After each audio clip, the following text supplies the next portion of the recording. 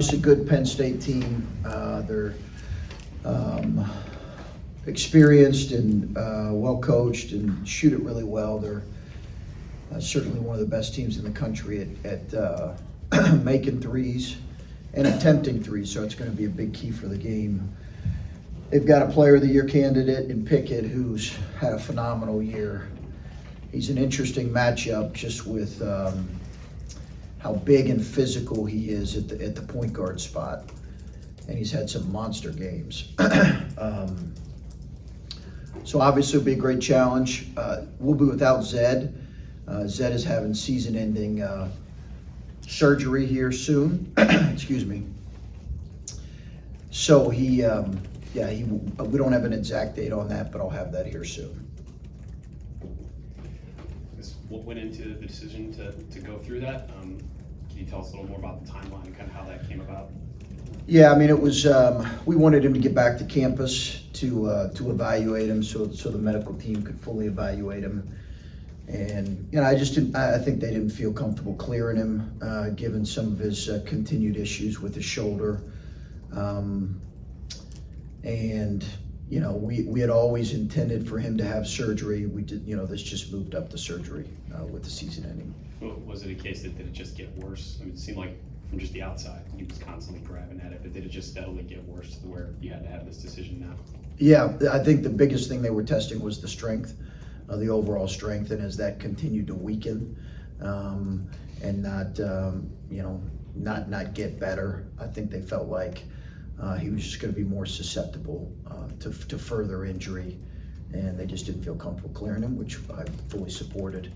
And I know Zed and his family felt some relief in the sense that they can move forward and get the surgery done a little bit earlier and hopefully have a little bit of a longer off season next year. And then I know he had dealt with it at Duke, and we'd seen it kind of throughout the season. How long has he been dealing with this? I know it got worse, obviously, Purdue, and wearing the brace from that point on, but how long had he been dealing with this? Honestly, the first time I really significantly noticed it was Purdue. Okay. I think that's where it went out at him. Okay. I don't know that it went out at any other time. I think it went out at Purdue, and that's why he was out that full game, or most of that game. Chris, in facing Penn State, you talked about how experienced and old they are as a team. Roddy and Bruce were talking about the connectedness that they see from watching a team like Penn State. Does that show up to you when you watch the film? And then for a guy like Pickett, how do you slow down someone that's so hot right now, besides showing them different looks? Yeah, no, he's a tremendous player, and because of how well they shoot the three at really all five spots, it just puts a lot on your defense, and I think it's some of it's going to come from giving different looks. But listen, he's a tremendous player. He's a guy that can post it and score it like a big man, and he can also shoot behind ball screens. He can make threes in the open floor.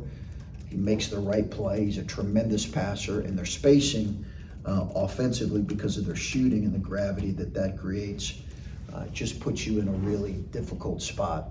They're a tremendous offensive team. And yeah, they've got older bodies and experienced bodies, and they added a couple older transfers, but I think the continuity from a lot of the returners makes it clear that they've I think it's been a reason for their success this year.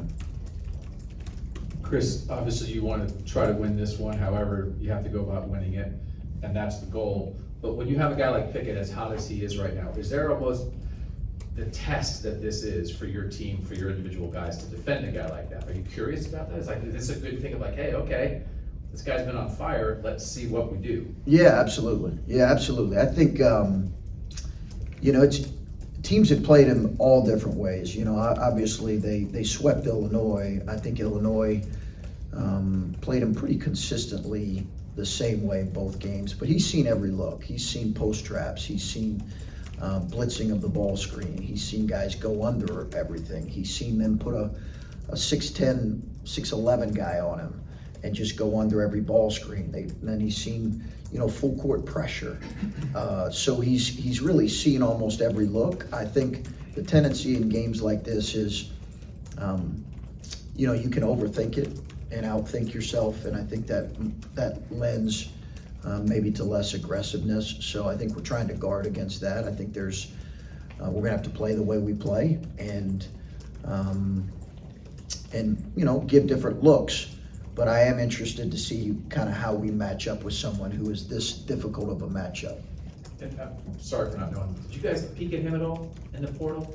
We didn't. No, we didn't. That was now going back maybe, Doug, a couple of years ago, but he's had a tremendous run there, but we did not. Coach, how much of the message, here, even despite all the losses and stuff, is that you guys could still have, a run in the Big Ten tournament and make some noise in that tournament? Is that something you guys talk about at all, or a message to motivate the guys right now? Yeah, I think we will as we get closer. I think the reality is big picture stuff right now, I'm not sure that does anybody any good. I think the focus has to be on the work and the day-to-day, and hope that we can, continue to make progress here down the stretch. I think that's the biggest thing. There'll be a time when we'll talk about that. It'll probably be once we get a little bit closer to the tournament time. And obviously with Zed being out, you expect Felix to continue to start. Roddy and his defense would seem to be a big thing for this particular matchup with Pickett and the likes of those perimeter scorers. So is that the kind of the plan to continue to start the four freshmen the remainder of the way? I think that's, as of now, it could change, Griffin, from game to game, but, listen, I think those guys did a good job to start the game, the Purdue game. It's not an ideal setting for those guys to start four freshmen in that kind of environment, but I think those guys did a good job with it. They got us off to a good start, and I think they're gaining really valuable experience. This particular matchup with Felix, they play some big guys. They have a starting big guy who's 6'10", who's a good young player, but they also play a lot of smaller, versatile guys that Felix at times has had trouble with. So we'll have to look at some adjustments if they continue to go that way. Just for Felix in particular, what does this stretch of games mean for him to get as many minutes you would figure as he can handle? Obviously you had to pull him against Purdue because of the foul situation. Just what does this mean for him, and what do you want him to grow and develop, and what areas, I guess? I think he's got to play better in terms of staying out of foul trouble, for one, Steve. I think he's going to be a guy that we're obviously going to really lean on next year, and he cannot have some of the kind of careless fouls that he had against Purdue. The second one where he slapped down, he's got to eliminate that from his game, and I think learning that right now is important. I think that's the biggest thing, and then just learning how he can impact the game. He's obviously got tremendous size, really good athleticism. He gets bumped off his spot a lot right now, but that's going to have to be an off-season issue. But I think the things right now where he's just little things. He's got to catch the ball with two hands. He's got to be able to play in traffic a little bit better. And he's got to learn what he can do on the floor to stay on the floor outside and stay out of foul trouble. These 4 games, just what would you term a success, I guess, this regular season, the last 4 games? Obviously, any wins you can get to get some positive feeling around this team and some validation of all the hard work. Just what are you looking for, I guess, to get accomplished here? I think that, Steve, it's kind of what we've talked about. Is I think we've had moments. We had moments in the Purdue game where I thought we had a really clean first half in a lot of ways in terms of moving the ball and sharing the ball, and our defensive game plan being on point, and we fought guys. And then when we get down by 10 or 12, I think there are just too many loose possessions that are not the kind of possessions that allow us to trim a 10-point lead to a 4-point lead. And I think those are the ones that we're looking at, and we're saying offensively and defensively, we've got to get better at cleaning up those loose possessions that lead to losing possessions. And I think that's the biggest thing we're looking for. Like I said, I think there were some really good moments the other day, but certainly not long enough.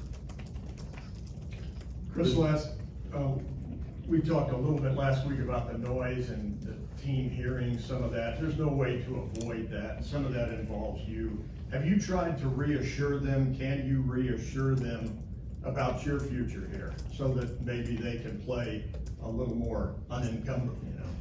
Yeah, Clay, I mean, I think we've had that conversation. So, I mean, I think they're confident and comfortable in that. And I think players are, they're playing, and obviously they're hearing the noise, and they're as frustrated and as disappointed, and they carry it, certainly like all of us do. So, but yeah, those are conversations we've had. And you expect to be here next year, correct? Sure.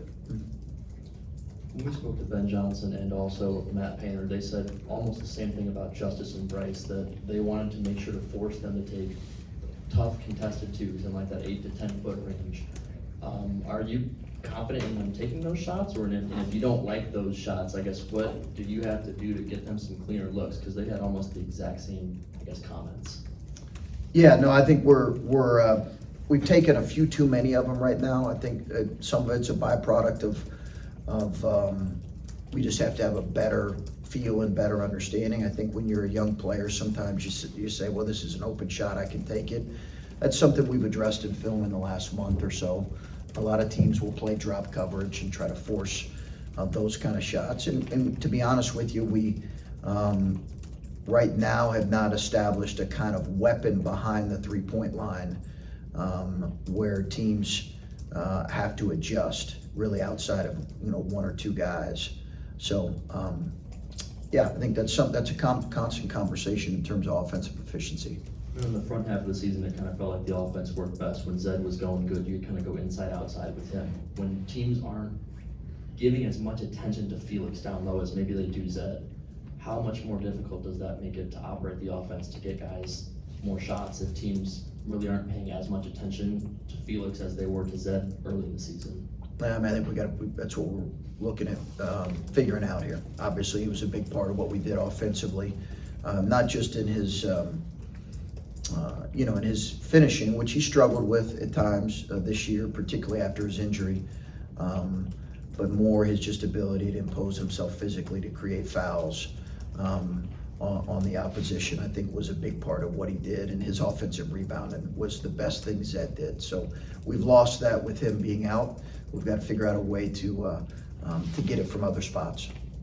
Outside of games, what does a win look like to you in practice, communication between the guys when they're spending time with each other? What do you look for in things that we don't see? Yeah, no, I think if you were to come to our practice, you would see our energy in practice is good, and I think it can consistently grow, but it's been good. I think we have a group that comes and works. That's certainly been the case here this last week and a half to 2 weeks plus here.